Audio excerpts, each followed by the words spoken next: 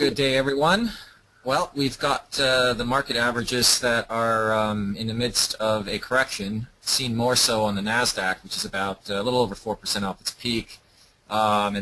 Meanwhile, the S&P 500 has been pretty much going sideways, and that thing's only about 1% off its peak. So it's an interesting environment where one could argue that the averages have further to fall.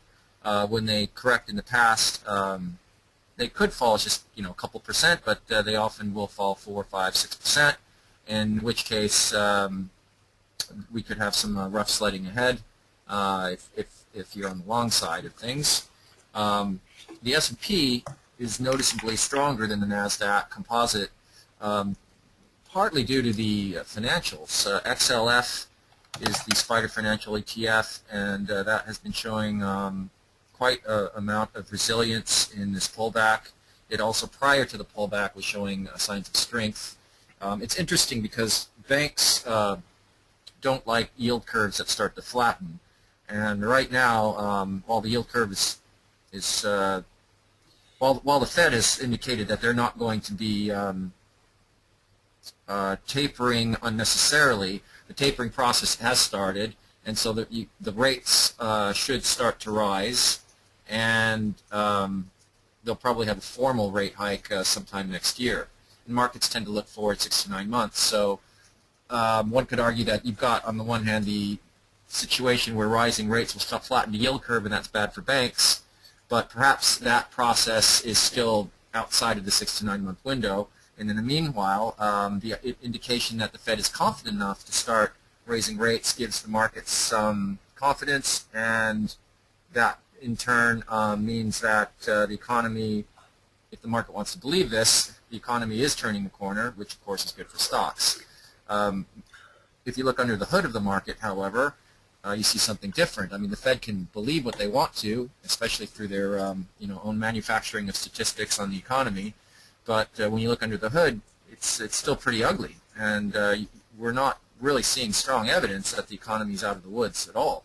So you've got QE that continues to prop the markets and minimizes the downturns, but you've got leading stocks this time around that have gotten hit very hard, more so than in the past. I suppose you could compare this time to June of last year when markets came off pretty heavily, and leading stocks got caned as well. This time around, it seems that leading stocks are coming off even worse than the market averages. So one could argue that the internals are weaker than they've been since January of 2013, when all this QE, full-bore QE began. If you look over at precious metals, they're arguing for perhaps diminished QE going forward. Gold and silver are, they tried to bounce, but they seem to be, especially silver, seems to be on the weaker side.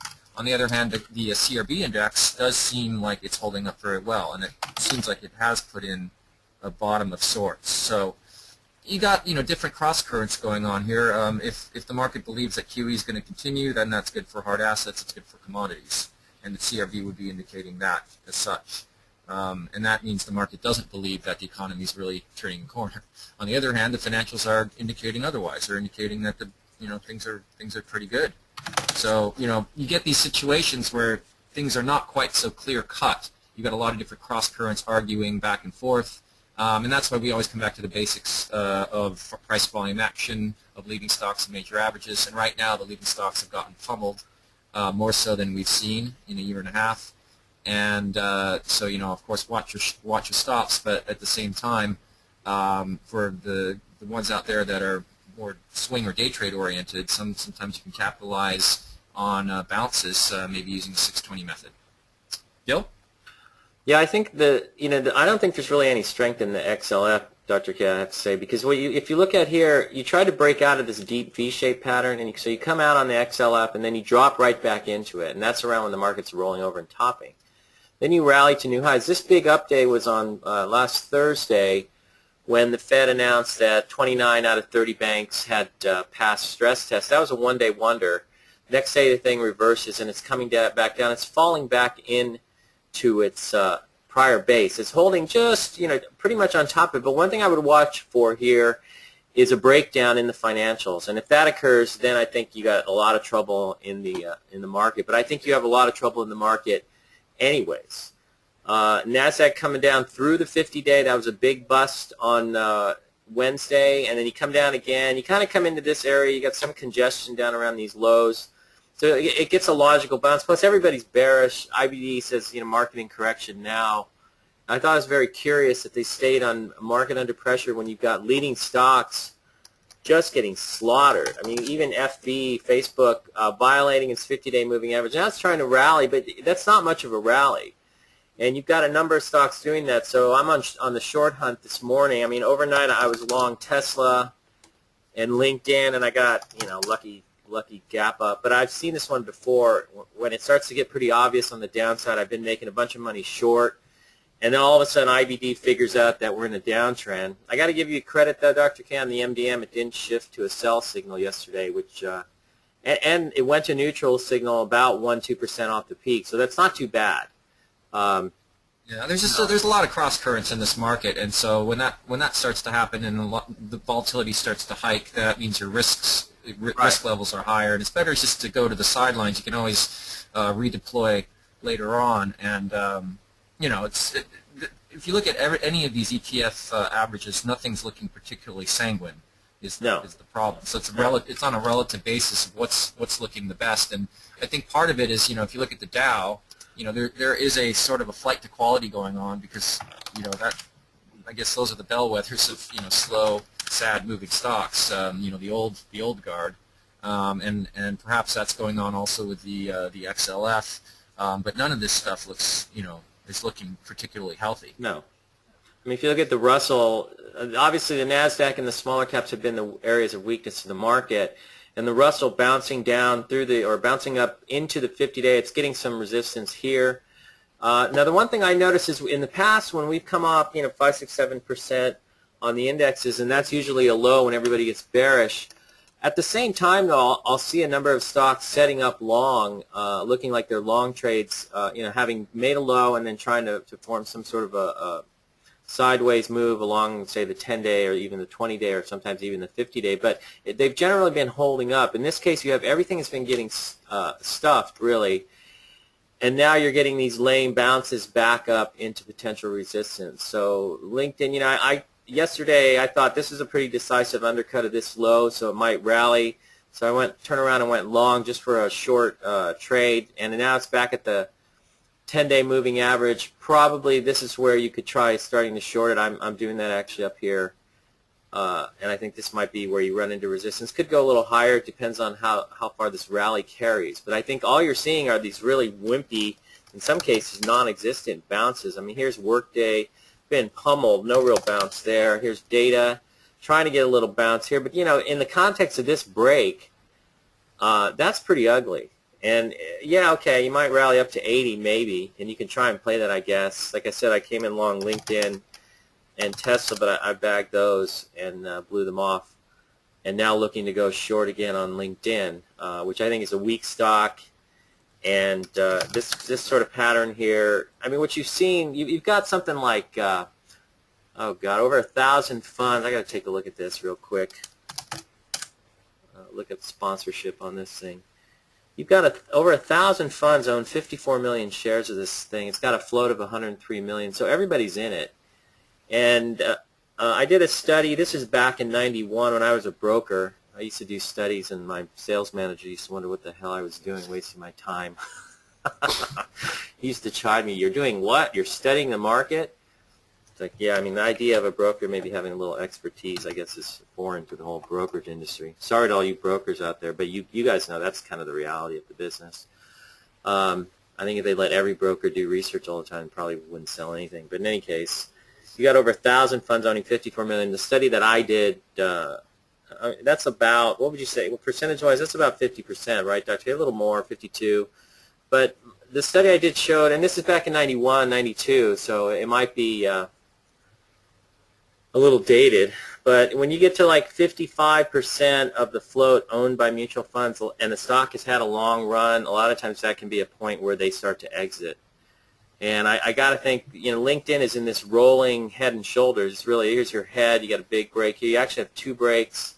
So it's sort of a hunchback pattern with the right shoulder here is really another head in a sense. But you see that you get two big breaks off the peak, and so you're starting to roll. Now you're finding some support down on top of this base, but my guess is eventually you're going to break through it and test this low on the base down at 160. That's my scenario for the stock. Now what it does in between now and then is another story, and it's going to depend on how this whole market scene, the general market scene, unfolds. And it might be that we're headed lower. The NASDAQ, not much of a rally off the lows. You can see the black line, I use a 65-day exponential. You can see this past Monday and Tuesday, it was getting support along that line, and then finally it broke through it on Wednesday. Now you're bouncing up into it, and it looks this is kind of feeble. The other thing is you're not seeing setups anywhere. So my guess is it's not going to last.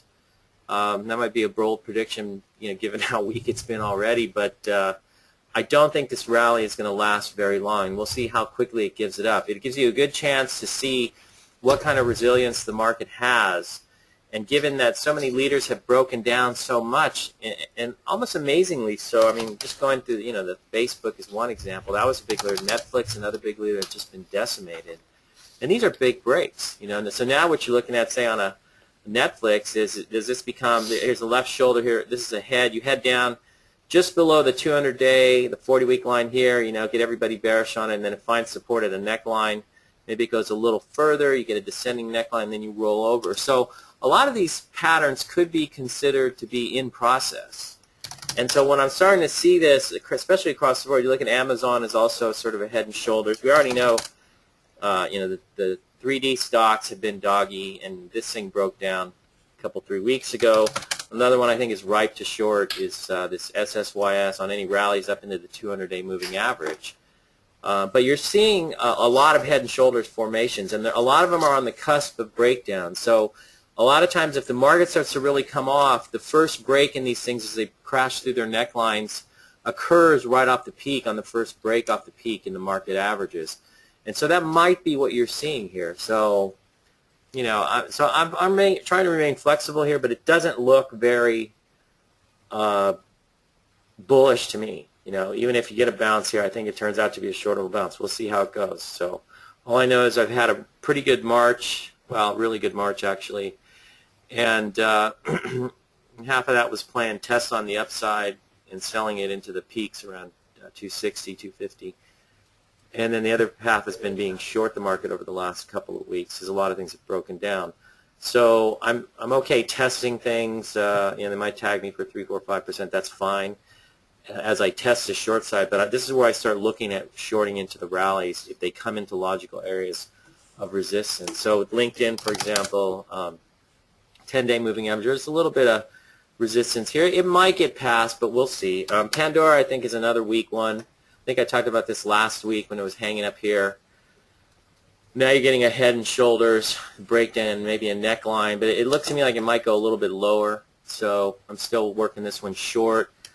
Cree was another one we were talking about last week, and it's broken down from the 50-day. It's actually gave you a nice chance to short on Monday, and it's broken down. It's undercut this low, so it might stall around here and maybe try and flip back above the 56 level. I would use that as possible shorting zone up to 58, because this is where prior support was, so I would look at that as being resistance. So if you look at Pandora, it tried to test this high. Actually, no, this is the low, 30.93 back here. So it's broken down between that low. It tried to come up above it yesterday, but it failed. So that's looking pretty weak to me, and I think it's going to go lower. So I actually made the bold prediction that Pandora will be a $6 stock eventually if we continue in a bear market. And again, if things get bad, and I got to wonder if they're going to get real bad. As Bill O'Neill used to tell me, once you get in the bear market, the prices at which leading stocks go to, or to which they go to, how low they are will shock people, and people will be in shock.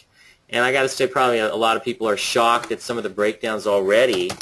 If you're dumb enough to try and buy this thing on the way down, this is your top. Use Dr. K's rule, Dr. K, right? A big gap down off the peak like that. You don't want to be anywhere near this stock at that. Sell it at the open. no question. Yeah, and then go away. And this is starting to look like here's your left shoulder, and here's a big head. So we look at this, think that's ugly. So now you got a left shoulder, a head. Now it'd be logical for it to form a right shoulder. So I'll probably put out a review maybe in the next few days of all the head and shoulders patterns to keep an eye on here, because they're all starting to set up this way. And it just tells me it's a matter of time. It could be weeks and it could be days before things start to break down really badly. It seems like you're in position here for a rally given how ugly things are.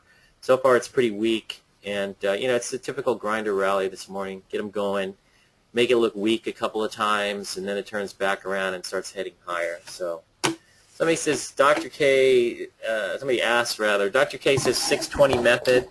What's that? Well, you have to pay an extra $5,000 a year for that service, so it's called the 620 service. So send us your credit card number, and we'll get that set up for you right away. All right, now I'm being obnoxious. Everybody else is like, yeah, what else is new, Gil?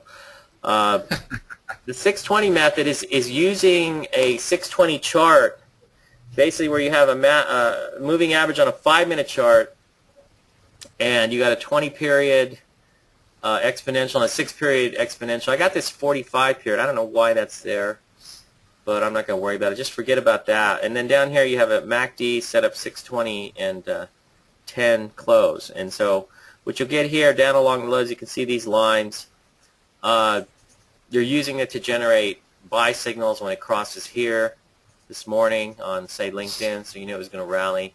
Now I'm watching to see if it reverses on the downside. So you can actually use those to trade, and I find this useful as a day trading system. It tends to work pretty well and keeps you out of trouble. You look at Tesla today. It just started breaking down here. It's had a nice move today. You had a big, it's trading around 207 this morning. I was actually buying some I think I bought some at 207.30, and somebody hit me this morning on my bid, and I was a little bit surprised. And then I went out for a jog, and I come back and I see the thing's trading at 214. So I kind of look at that as a gift horse, and I'm not going to look at it in the mouth. So I take the profit here on this jack to the upside. So if nothing else, it gives me a little additional cushion to come after shorts and be able to sit through some bounces. So as they're rallying up into you, and so it's sort of something I've started to use because I'm intimate with being short and when the market rallies and how that sets up in terms of creating really short-term long trades. But they're really short-term and pretty quick, and I'm not trying to accumulate stock in the Tesla down here. This pattern's pretty well broken. You could rally close to this would be the bottom of this rising window, the gap. So, that's around 218, and my thing is you get to 216, 215, that, close enough for horseshoes and hand grenades and stock trading as far as I'm concerned. So, I'm going to sell that. But anyways, the 620, also yesterday, if you look at it, let's look at this. Well, let's see.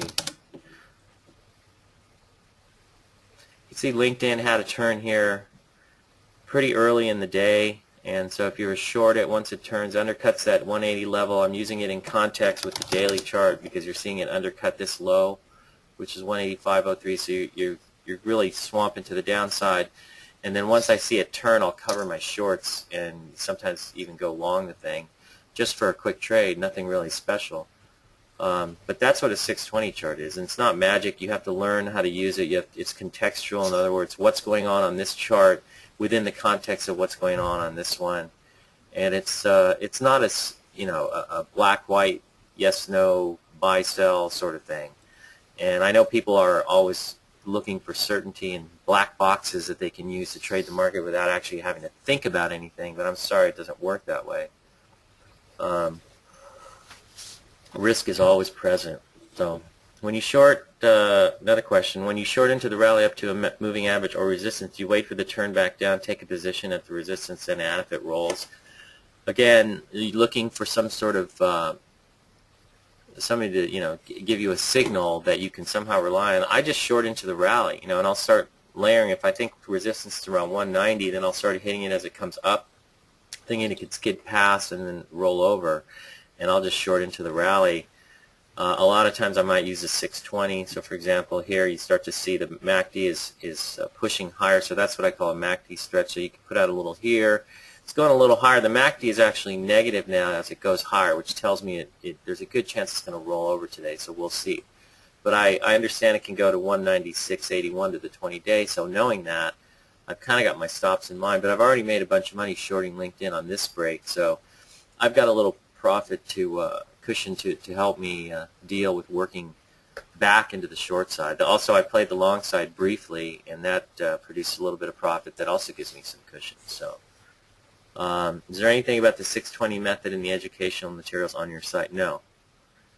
As far as I'm concerned, that's like to me, it's very proprietary. So I'm not really, and I've done a lot of work with it. And I'm not just willing to spill the beans on everything I do for $59 a month.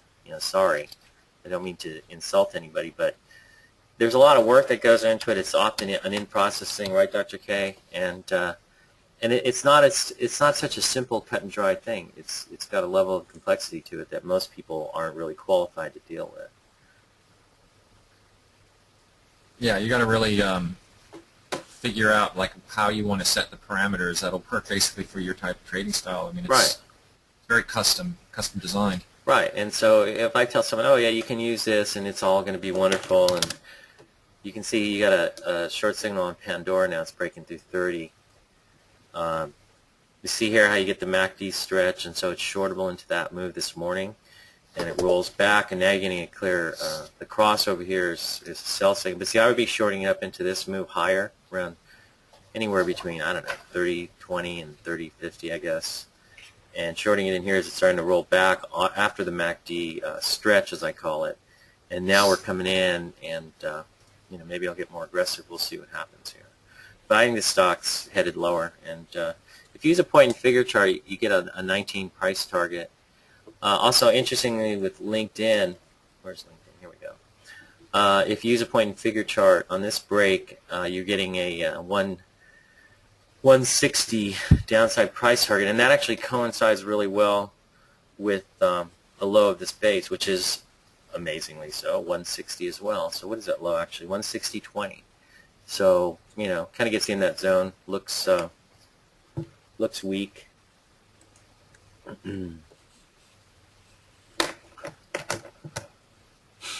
Let's see. Well, I mean, there's really not. I have to say, there's not a lot to do here other than watching your short sale targets and figuring out where where you want to come after them. Celgene, these stocks are really broken down, and you can see Head and Shoulders break down here, and if you just do the BBH too, you can see that you have a big left shoulder and a big head. So it sort of implies that you need to get a rally in here at some point. But I'm thinking this current sell-off, I think, needs to go lower before we get a really sharp rally to the upside. I could be wrong, but that's what it feels like. But that said, I'm keeping things on a tight leash as I test out the short side into the rally and just see what kind of push it has, and just see where it goes from there. So nothing really definitive yet. So we'll see what happens. But it's nice to come in this morning and see Tesla up $7 right up the open. So let's see. Any other questions? Nobody has any questions. I'm sure I hope most people have at least been forced into cash and aren't sitting with stocks, because this looks pretty bad.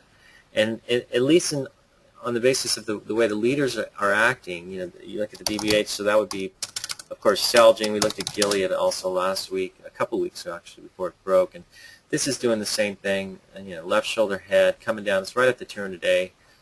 Look at the Biogen. Same thing here. I don't know if this could be a left shoulder. This is a head that's rolling over. You get big volume on the right side of the head.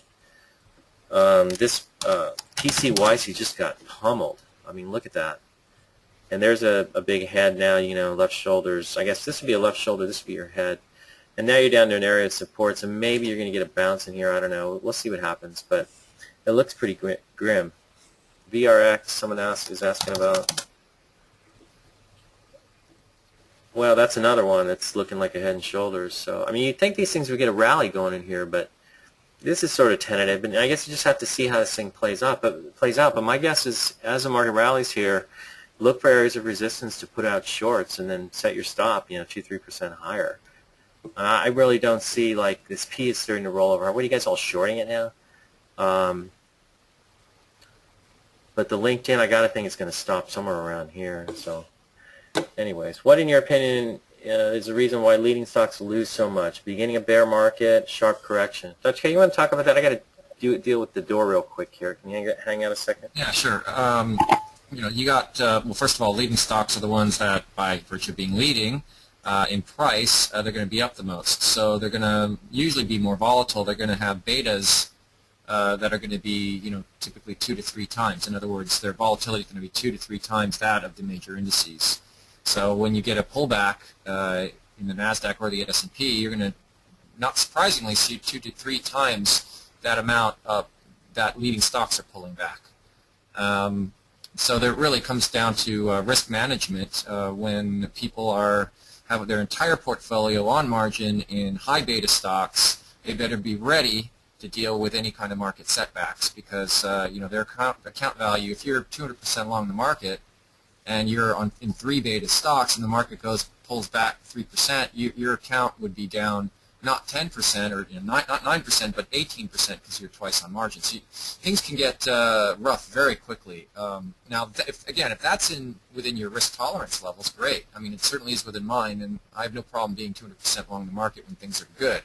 And then I'm very quick to come off margin when I sense that the market is going to have a bout of weakness, because I don't want to be sitting in my account dropping 30 or 40% if I can avoid it. But of course it's relative because there's periods where the market's been on a streak. The late 90s had lots of those periods where your account could be up 150% in very short order. So then I don't mind perhaps giving back 33% of my account in such a situation, because again, it's all relative to how you've been performing, and that of course will dictate and guide your own internal psychology on how much volatility you're able to take and will accept in trading your own account. Yeah, I was just saying about the leaders. They tend to be 2 to 3 Right. beta stocks or more. I mean, in the 90s, you had beta stocks that were 5x, and Right. I remember the internets. I was piled high, 200% long the internets going into I think it was the April 13th top of what was it, 99, and I remember I sensed something was not right. There was so much climactic action in these stocks. So I took myself from 200% down to about 30% long the market before the open. I gave my trader all the orders, and had I not done that, my account would have been pretty decimated because everything within 30 minutes of the open just got hit like we hadn't seen before. I mean, things were off easily, 20%. So if you're fully on margin and you're sitting, on stocks that are down 20%, your account's down to 40% in a short order. So Yeah. You've got to be fast about it if you're going to play the margin game. And what I think is interesting, if you took a basket of leading stocks and you had a spread, you graphed a spread between the correction in this basket of leading stocks versus the indexes, what's really interesting right now is that that's a huge wide disparate gap right now. You look at Facebook down 15% right now off the peak, while the NASDAQ's off 5%. Throw in now closer to 4%. You look at a number of other stocks that, Netflix is down, what is that real quick, 21%? Yeah, 21% down, and the NASDAQ is down 5%, and that's a big stock. And so you've got this pattern of leading stocks down a lot more than the indexes, and usually what has happened when you come off 5, 6, 7% in the indexes, the leading stocks will be down. They may be holding tight. I mean, the last time we corrected, which was, let's see here, back in here in early January, in January, Netflix was coming up, and so it's going the opposite direction. And meanwhile, now we have the opposite situation where the leaders are not holding up relative to the indexes. They're doing much worse. And I think this tells you we're in for something of a doozy in terms of a correction. But we'll see, Anyways, do you think TRN is starting to roll over on the chart? What do you mean, is it starting to? I mean, the bottom line here is, what are you using as your stop? Is it rolling over? Well, it's pulling back, but you got 1 day heavy volume here. That was a low, broke the 20-day, trying to rally back. What are you using as your selling guide? I think that's really what it boils down to. Trying to determine, is it rolling over? Yes or no is not really something you can know for sure. I would say relative, if you look at the market, this is 6% off its peak, so relative to other leading stocks, it's holding up better. Doesn't mean it won't be the next one, but in general, if you're long anything and you see the index is getting into trouble and you've got some profits, the prudent thing to do is to take those profits and hang out and wait for the market to stabilize. I mean, what do you think, Dr. K? Do you think if you own TRN, let's say you were smart enough to buy the Bible gap up, and you know the state of the general market, what would you be doing with the stock now? Yeah, I mean, there's no reason why you have to use the 7-week rule. I mean, you can use a 10-week, the 10-day violation of the 10-day as one appropriate selling guide if things aren't right with the markets. We do have. There's nothing wrong also if you want to use a 7-week rule. That has worked very, very well, not just in the last few years, but in the 90s it tended to do very well in terms of keeping one in a stock throughout a good part of its run. So it hasn't right now. With the 7-week rule, it's violated the 10-day within 7 weeks. So then you switch to the 50-day moving average as your selling guide, and you can see that this thing tends to hold the 50-day pretty well. Since August. So if you're a slower trader, or if you prefer, there's nothing wrong. If that's your style, then great, and you can use the 7-week rule. If you're a little bit quicker, then and if I had bought this stock, I would be out of it. I would have sold this thing at the very latest on the 10-day violation, and then I can always redeploy, on the next pocket pivot if the stock, really proves out. Somebody asked, is VIPS a short? And I don't know what on what basis. Hasn't, I mean, is this just going to blow apart? I don't know, because you haven't really formed any kind of discernible pattern. What you're doing is you're pulling back. You need to understand short sale patterns first of all, and it's obvious the person asking this question has no clue what a short sale pattern is, and that's understandable if you've never studied it. But I would suggest reading How to Make Money Selling Stocks Short, and then of course we're about to embark on a new book that's going to cover mostly short selling and get into a lot of detail about that topic. But this is not, and you should look at Chapter 6 of our first book, Trade Like an O'Neill Disciple, to understand what is a shortable pattern. This is not. So, I mean, it's a big gap up, probably an exhaustion gap maybe. That's definitely how it's playing out. But you can't tell right now if it's a short or not. You're kind of throwing the dice here. It might go lower. In fact, FAQ there is mentioned that you do manage wealth for accredited investors. Is that a fact, Dr. K? We actually don't anymore. I didn't see any reason to run money for other people when I can make a lot more money just running my own money and having people distract you with their own, psychological deficiencies and freaking out over things that normally don't even cause me to flinch. But no, we don't manage money anymore. We're going to have to check that out, Dr. K, on the FAQs and see if we need to edit that, change that, take that out. Yeah, what was the? I haven't heard of. You haven't heard anything From what, Wiley? What do you mean? Yeah. No, they're setting that up. They're having an editorial meeting. And they're going to figure out how they're going to market it and all this other stuff. So we're just waiting for that. But anyways, yeah, we can talk about that later. Somebody asked, do you see any sectors setting up for an uptrend? No. Keep hearing about sector rotation. Yeah, if you're on drugs, there's sector rotations. But the way I look at it, the rotation is into big cap, slower, low PE names and established companies that have tangible value. And so I think institutions, what they've been doing is basically rotating into those names. And in the process, they're selling off these high PE, high flyers. And I don't really see money coming back into these names right away. I think that would take some time and time for the market to heal. So I think that's a bunch of baloney, sector rotation. Yeah, right. Into what? Chips. Here's a chip index. So, this thing's been going up for a while. So, Tell me something I didn't already know. It's like, oh yeah, semiconductors and financials are providing the new leadership. Yeah, and what is it? There's some dynamic new leadership that's going to drive a bold, brave new bull market? I don't think so. Even these guys are running into trouble. So, but a lot of semis. You look at MU. Look at that thing's breaking. So where's the rotation into this fascinating new dynamic leadership? Well, it's not really there anymore. So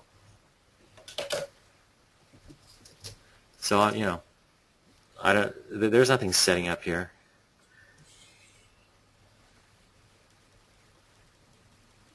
If you plan an initial stop loss, you plan this on the weekly chart or on the daily chart. I plan it as a function of where the price is relative to where I shorted the stock. So it's basically moving averages. You can use the 10-week, the 50-day, whatever puts you in the ballpark. And there's no magic chart to use to plan your stops. You use a swing low as the initial stock or base on I don't use any of that stuff. I just kind of watch the thing trade and watch the rally, and when I think it's starting to give way and it's at or near a logical area of resistance, I'll come after it. I don't, I'm not using some black box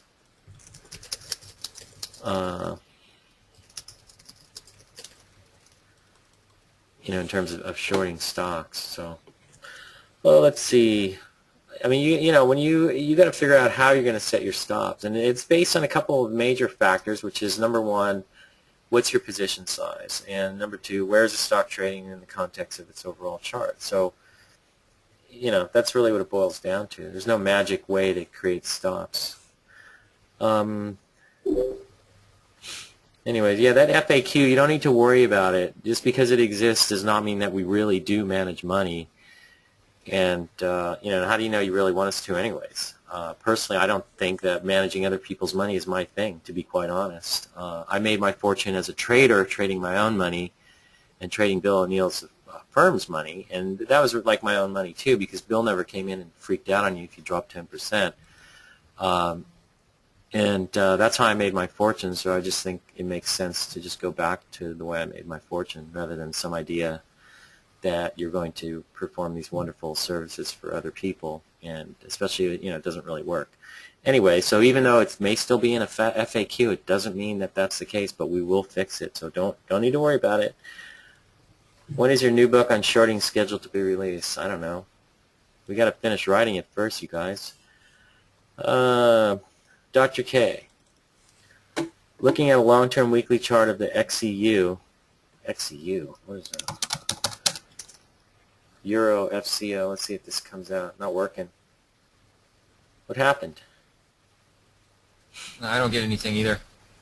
I don't know, but what's our reasonable substitute for it? It's the euro. Is there a euro ETF, Dr. K?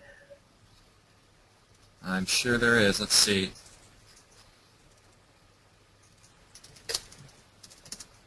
Someone will spew it out. Looks like euro to U.S. dollar ETF. FXE. It's FXE. FXE. Okay, so let's okay, looking at the long-term weekly chart of the FXE, this is it. Here. It looks pretty choppy to me. We see the euro trading at the highest level in 2 years and up against a downtrend line. The ECB has expressed concerns about a rising euro, increasing the threat of deflation, and maybe thinking about stimulus. What do you see happening in the Eurozone and implications for Eurozone stocks? This sounds like one of those macro questions that's utterly irrelevant to the process of trading and investing. It's a different style, different strategy altogether. I highly do not recommend mixing that strategy with the way we trade. It's just going to screw up your position sizing. You're going to start to make projections that may be true or may not be. Meaningless. Who cares what the euro's doing? I don't trade the euro. Keep it simple. Keep this. Every strategy should have an elegant simplicity to it. Otherwise, you're going to get derailed. Right, and what is it? Euros and implications for euros. Who trades on the basis of implications? I trade on the basis of price volume action. So, something now, something in the now, not in the future. As Ed Sekoda always said, the future doesn't exist. So stay in the now. And so price volume is a great way to stay in the now. Okay, okay. Let's see. Where are we at now?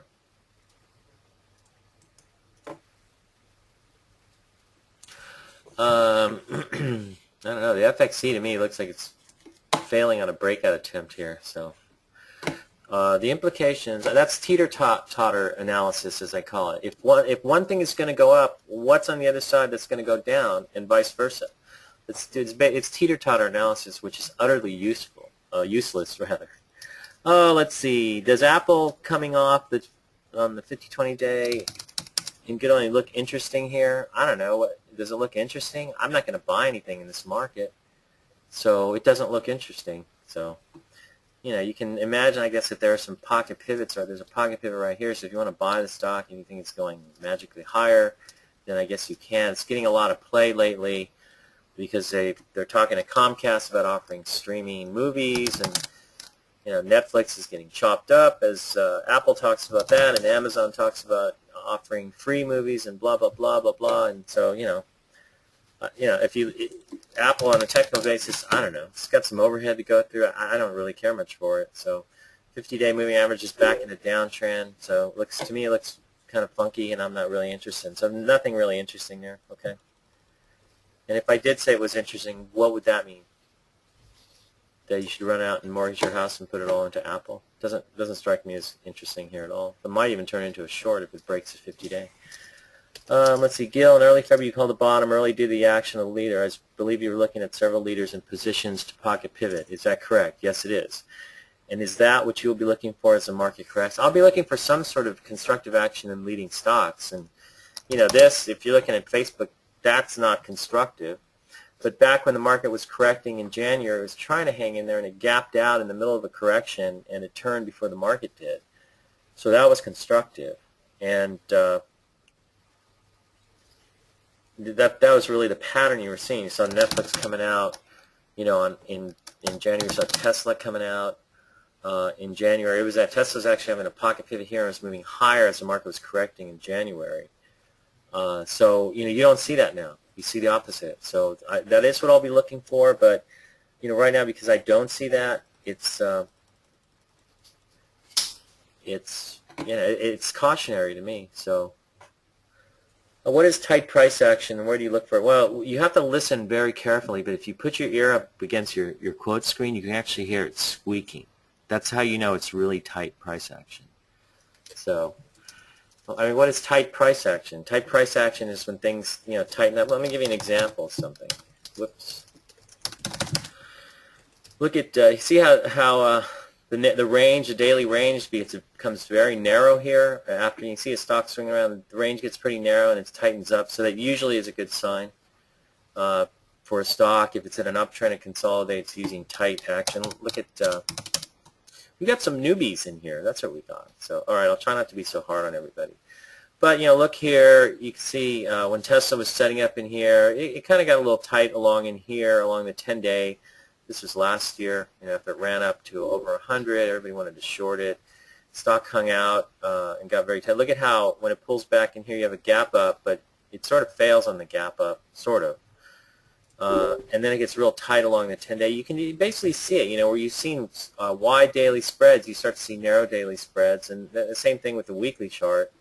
When a weekly chart gets very tight with narrow weekly spreads and closing roughly with the prior week and holding tight, that's constructive as well. And you can see that's what happened in here before it launched higher. Now it's, was trying to hold tight the last couple of weeks or earlier in March and sort of rolled over. You're pushing down to the 10-week line, so that might be constructive for the stock in the pullback. So it's hanging at 115.32. So, but I'm gone from that thing. That was a nice, one-day wonder trade as far as I'm concerned. My main concern here is that the fact that nothing is setting up here on the long side, and that's my main concern. Somebody says, I can't short stocks in an IRA, but I can buy puts. Do you have any suggestions for put options? Not really. I don't really trade puts. So you might go in the chat room and ask some people what they think. There's a lot of particulars about options and how they trade relative to the underlying stock in different issues. So not something that I really have any expertise in, and I wouldn't sit here and recommend you buy puts on anything necessarily. I mean, if you think, if you have expertise, and let's say you're seeing LinkedIn rally, so you might be able to get some cheap puts in here, like 190s or 180s or something, maybe even in the money at 200. But I'd go, I would probably try to use the cheapest ones. But you could be buying puts into a rally, and it does limit your downside as opposed to going crazy shorting the stock like I like to do. So I just like to keep it simple. And I'll tell you, one of the reasons I shy away from options on the short side is my experience in October of 1997. I remember buying a whole bunch of puts, and I had a whole bunch of clients who had bought a whole bunch of puts. And if everybody recalls, on October 27th, 1997, the Dow went down 500 points, something it hadn't done since 1987. Only 10 years prior, incidentally. But what happened is I saw the accounts all double, and the next day the market, so you got all these volatility premiums came into the option prices, so they really pushed the option prices higher. And I should have bagged it right there. If I understood what I was doing, I should have bagged it right there, but I held out for another day, and the market reversed, and all the volatility premiums disappeared. And so I was actually back to where I started and a little bit underwater. So not a happy experience. So I think there's a lot of other factors to consider, but if you can find something cheap that might give you an equivalent position in the underlying stock, then you can give it a whirl. So somebody says, thanks for all your tweets. You're welcome. I'm just spewing. So calm. Somebody's asking about. I don't see anything here that I like. So I'm not going to buy Cal-Maine. What do they make? Eggs? Yes, eggs for a new. Somebody's asked. Another person asking, what is tight price action? Where do you? I think I answered that question. Yeah, so I'm, like I said, I'm not really interested in buying stocks. I'm watching the rally. I want to short it. So how about you, Dr. K? Do you want to buy stocks here? Do you see sectors setting up to go higher, like the bear sector? Yeah, really. I mean, buy some inverse ETFs. Yeah. So when does the MDM go into a sell signal? I would think you would use this rally today to go to put out a sell signel based on what's happening there. You think we're going to rally some more here? What's your general take in terms of what? Yeah, the models, it doesn't help, whether the model's close or not close to a signal, because the model can turn on a dime, or at least expected. So the model is in cash. It remains in cash, and I mean the best I can say is, yeah, certainly. The market's not looking that good, but we have to weigh QE, take that into account, and I wouldn't be surprised if the model, switches tomorrow, switches on Monday. Wouldn't be surprised, but I would also not be surprised if the market defies everyone's thinking once again and starts to baby step higher. But we'll see. Right. Let's see how it rolls out. Right. So I think there's some evidence, though, to argue that things are weaker here, and what I was pointing out was a correction in leading stocks, a basket of leading stocks. And I actually do track a basket of leaders. You can even track, say, the IBD 50 if you want to. That would work as well, because that's basically a basket of leaders. And watch how that moves relative to the market. So I'm not sure what the IBD 50 has been doing lately, but if you check that, if it's had a much bigger break in the market, I think that's a pattern that's 10%. The IBD 50 is 10% off the peak, so that's a lot. Yeah, there you go. And quite a bit. And you look at the pattern overall. Yeah, it's notably weaker than the other parts of the market. Yeah. So, and then you were also using one from you were using another basket as well. I use my own basket, so yeah. So you're like me. I've got my own thing. The list is dynamic. I change it as needed. Yeah, I'm using my HGS and also Ian Woodward uses another basket. Ian and Ron over at HGS, they use one called the Canaries, which is I think 10 big stocks like Priceline, Amazon, Apple, LinkedIn, Tesla, blah blah blah, and so they're getting the same thing. But if you look at this, let's go to. I'm going to go to my current buy list. So I track my buy list, and it keeps an index, so it gives me buy. GSMI stands for Gil is so much more intelligent. Is that right, GS? No, I need another M in there. Well, the two M's are one M. So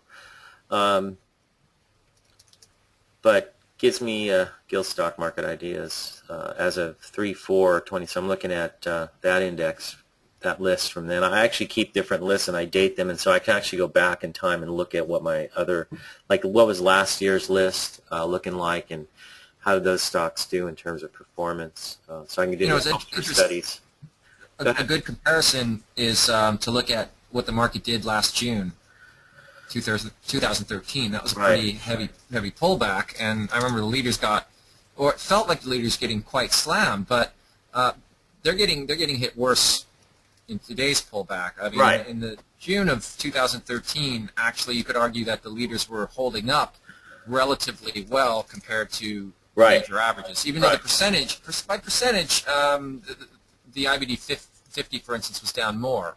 But based on the shape of that pattern, the S&P 500, the NASDAQ composite, those had a more bearish shape to the pattern. And this time around, we're seeing a more bearish shape to the IBD 50. Right. This is processing, and it's updating the index for this buy list right now. So give it a little time there. Okay, now the index should be in here. Here it is. This is my problem here, is that you started to see this. Whoa, what just happened? This thing is freaking out. See my cursor? But you can see here the index started to flash negative here, and this is doing this long before the on the last rally, the NASDAQ went to new highs, and the S&P's been holding, but this thing is breaking down steadily. It looks similar to the NASDAQ, but it's been weaker, actually. And what I noticed the last time, like in January, we had this correction, but this list was actually holding up, and it had actually started to turn on the fourth day off the bottom, and it was holding up much better and showing me better indicators here, whereas this is starting to go code red. And you can see that the last couple days, you've gone code red. So code red meaning it's all flashing, red. So that's pretty obvious. And notice another thing is here, if you look at the force on the 13-day, you see these little tiny green lines. This is in the new view that they have, but you can see these are getting deeper, and deeper than the pullback in here, and much deeper than the pullback in here. So they were pretty well contained. And so it's telling you we're pretty weak here. And so this is something I track, and whatever stocks that make up your buy list, your personal buy watch list, you use that, but you have to use one that you've been using since the last leg in the market started. So the one I use, this list is basically started in here, and the last time I updated was earlier this month, and you can see markets starting to come in now. But you see certain divergences between the leading stocks and what the indexes themselves are doing. So what you do is you put it up another chart view, and you line them up with the NASDAQ composite index so that you can see what each one is doing. Here we're starting to come in now and seeing LinkedIn starting to pull back under 192. I hope it comes in. I'm pretty heavy now. That I've been layering this position. I think I'm now. Let me figure this out. I am, I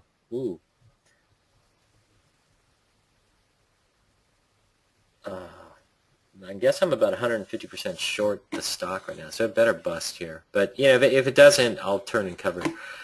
And Pandora also is a pretty good short position, only about 50% though. But in any case, we'll see how this works out today. I don't want to get presumptuous at this point of the trading day. So let's see.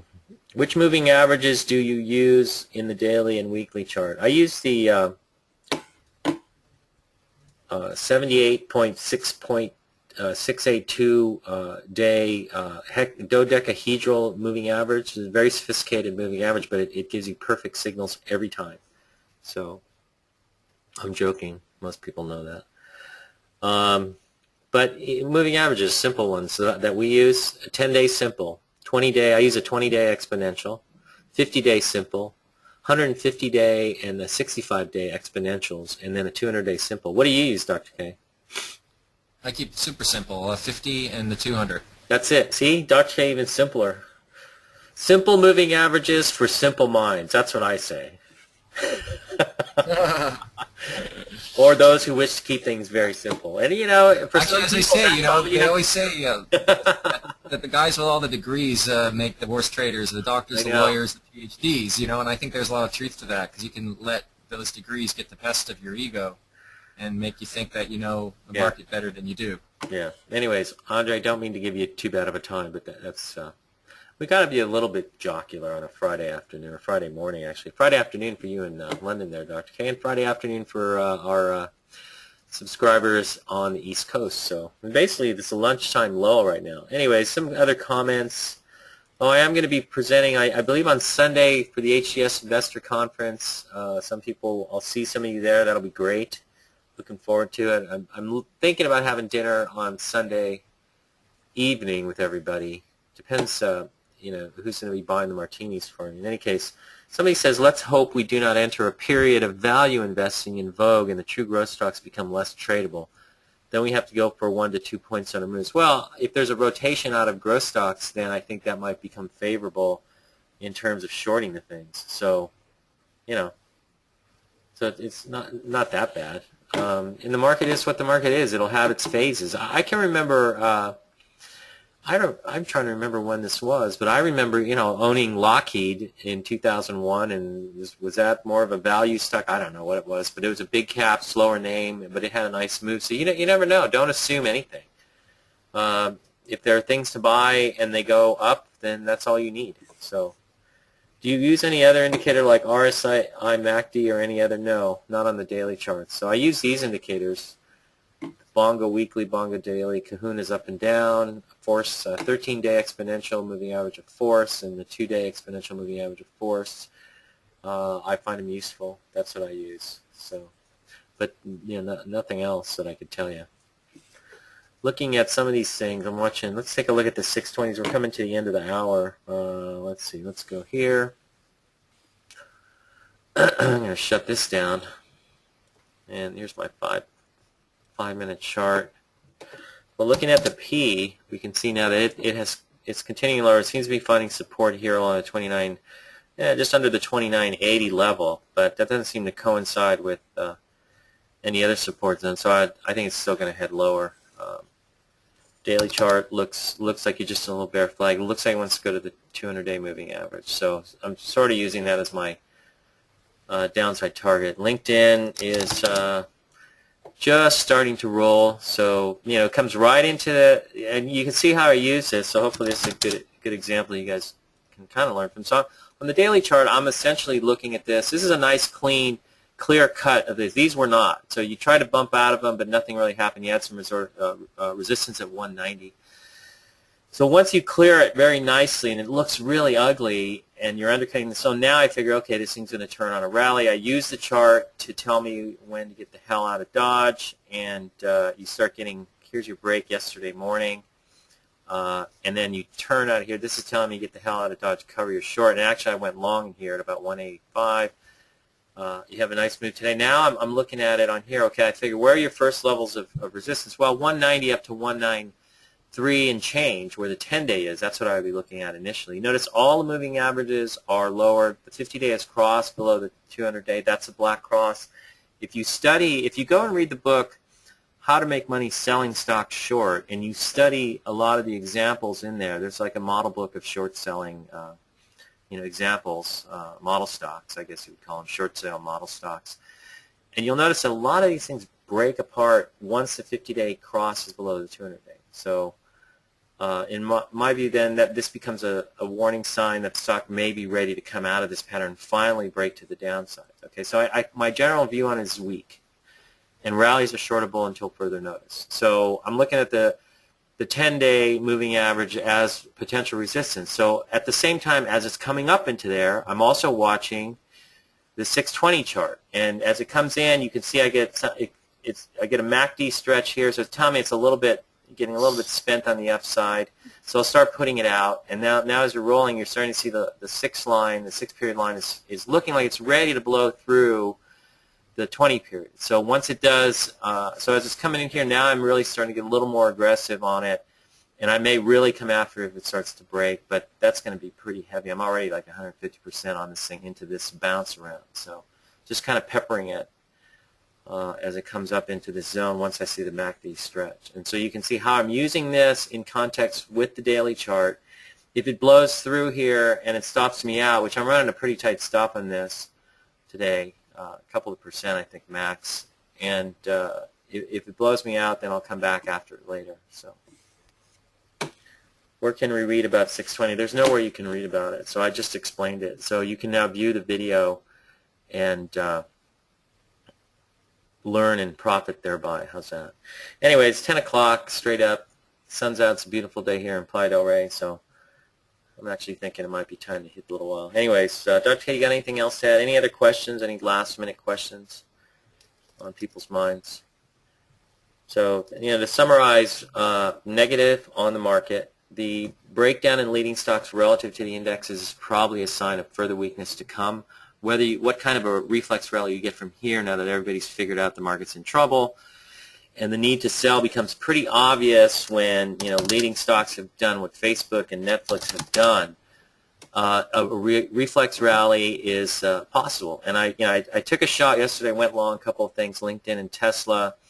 Even Facebook for a little while, and they all rallied, and then I held LinkedIn and Tesla overnight, and they moved up so I could sell into those. Now I got a little cushion to play with on the day, and with everything so beaten down, you would intuitively, and Dr. K, chime in if you think I'm full of BS here, you would intuitively expect a sharp bounce to the upside, but you're not really getting that today. You look at stocks like this, Facebook is now reversing in real time right now as we're doing the webinar. So there's no thrust here.